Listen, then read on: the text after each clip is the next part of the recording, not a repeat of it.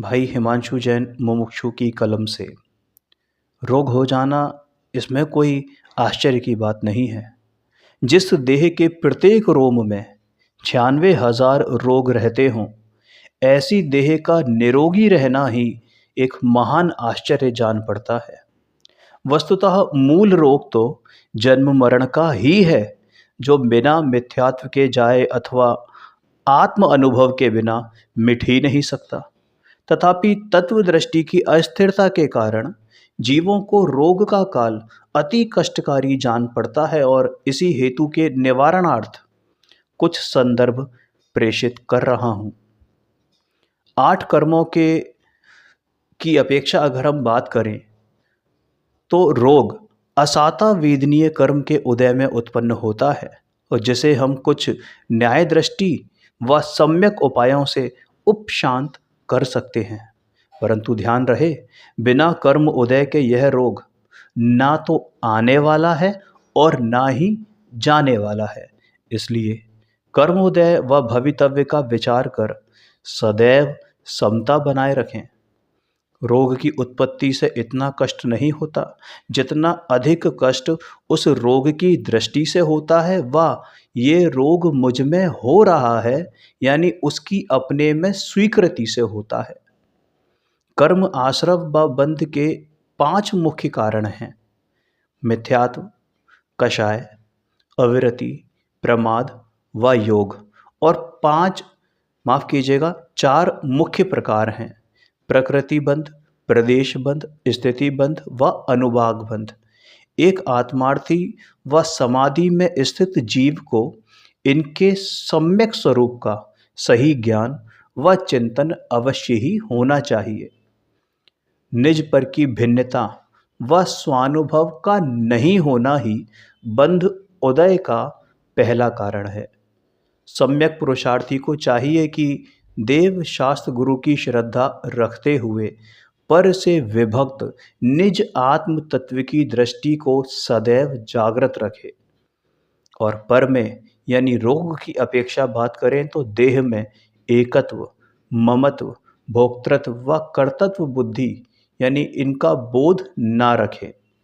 ऐसा करने से असाता कर्म के निषेकों में अपने आप ही साता का संक्रमण होने लगता है। रोग के काल में सावधान ना रहने पर जो आर्त ध्यान और रौद्र ध्यान की निमग्नता होती है, वही कषाय की उत्पत्ति बंध उदय का दूसरा कारण है। आत्मार्थी व समाधि में स्थित जीव को चाहिए कि वह अपने चित्त में सदैव धर्म ध्यान के चिंतन के प्रति जागरूक बनकर रहे।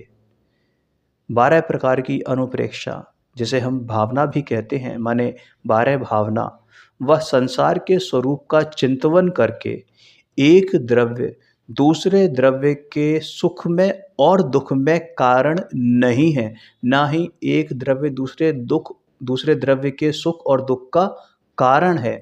ऐसे विचारों से दूर रहें। ऐसे विचारों से रोग उदय व सेवारत सेवार्थी के प्रति कुपित ना होवे। देह छोड़ने की बुद्धि ना रखते हुए देह दृष्टि छोड़ने का उद्यमी रहे, पुरुषार्थी रखे। माने देह कब छोड़ के जाएगी, ये रोग मुझसे दूर होके तो ये देह छूट जाए, इससे इस बुद्धि को छोड़ना है और देह बुद्धि को भी छोड़ना है, माने देह दृष्टि को भी छोड़ना है कि ये देह मेरी नहीं है।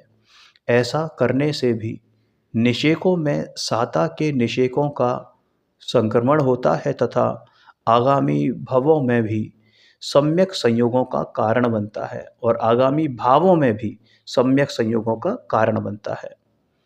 अवस्था व गुण स्थान प्रमाण, ग्रहण त्याग, बक्ष अबक्ष की समझ को ना रखते हुए अनर्गल प्रवृत्ति व भोग शक्ति की उत्पत्ति होवे। ऐसी दृष्टि तथा देह से ही धर्म है, ऐसी भावना अविरति को जन्म देती है।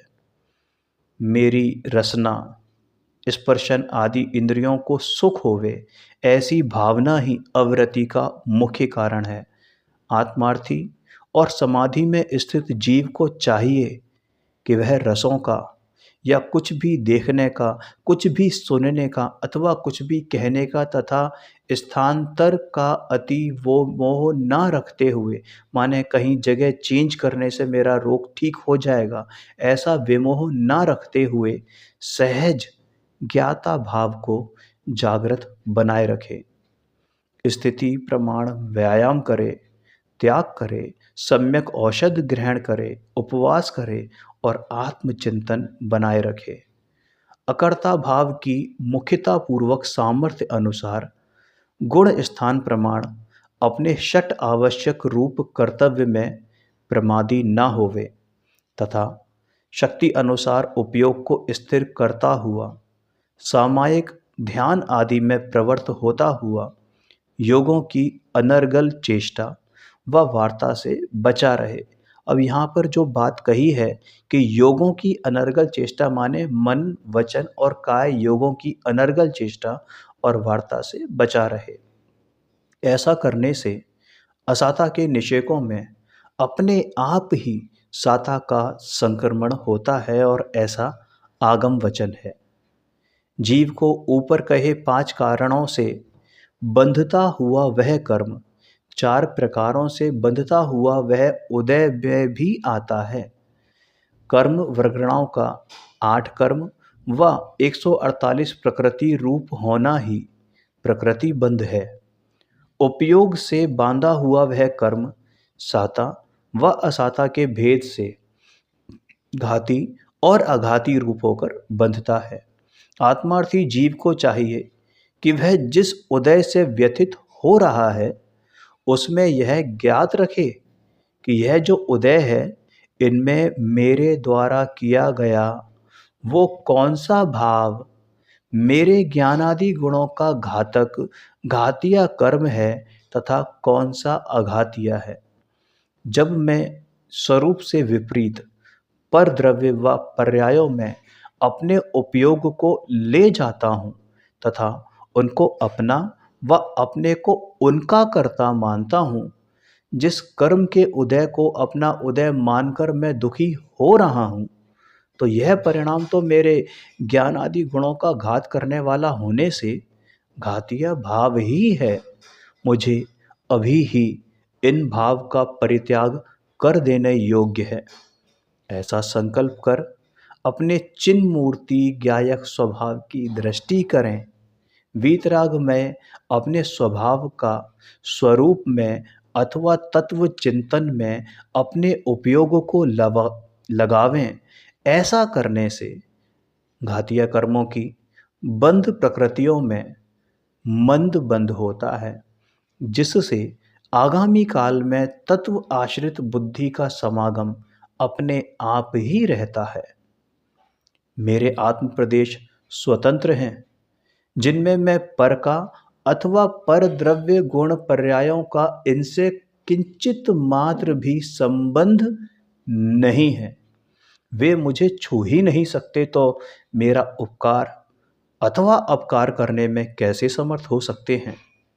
मेरे द्वारा किया गया मिथ्या अज्ञान भाव ही उन द्रव्य कर्मों को प्रेरित करता है कि वो मेरी ओर खिंचे चले आते हैं, परंतु उनका आना तो मेरा कुछ कर पाता नहीं है। अपितु मैं अपने ही अज्ञान भाव में दुखी होता रहता हूँ और व्यर्थ ही उन कर्मों का अपने समीप बुलाकर, माने व्यर्थ ही उन कर्मों को अपने समीप बुलाकर अपने अज्ञान का दोष उन पर आरोपित करता रहता हूँ, उन पर मढ़ता रहता हूँ। आत्मार्थी जीव को चाहिए वह सदैव इन कर्म प्रदेशों से सावधान रहे और इन्हें न अपना कर्ता माने और न ही स्वयं इनका कर्ता बने। मेरे द्वारा किए गए इन मिथ्या परिणामों ने इन्हें बुलाया है।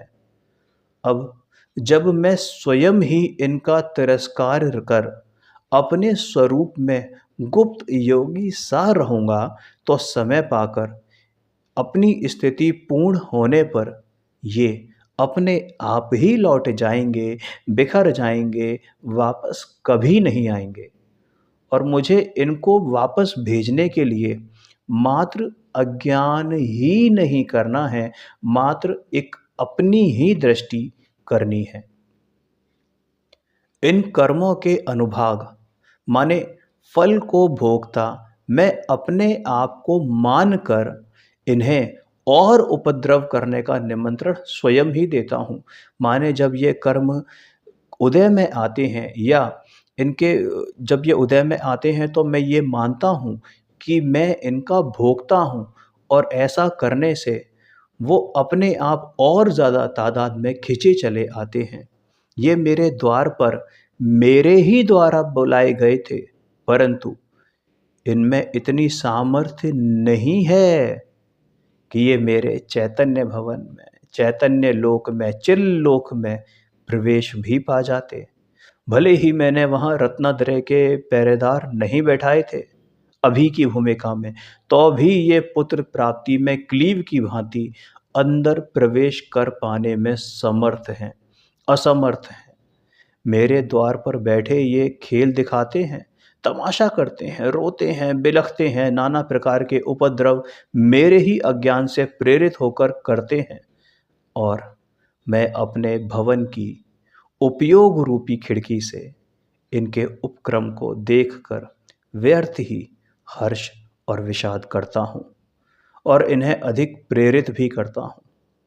यदि अभी मैं इन खिड़कियों को बंद कर अपने चैतन्य भवन की शैया पर आराम करूं, तो ये व्यर्थ के उपद्रव कोई देखने वाला न होने से स्वयं ही शांत होकर लौट जाएंगे।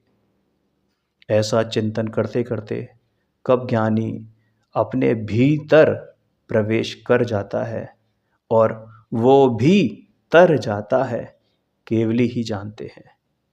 जय जिनेंद्र।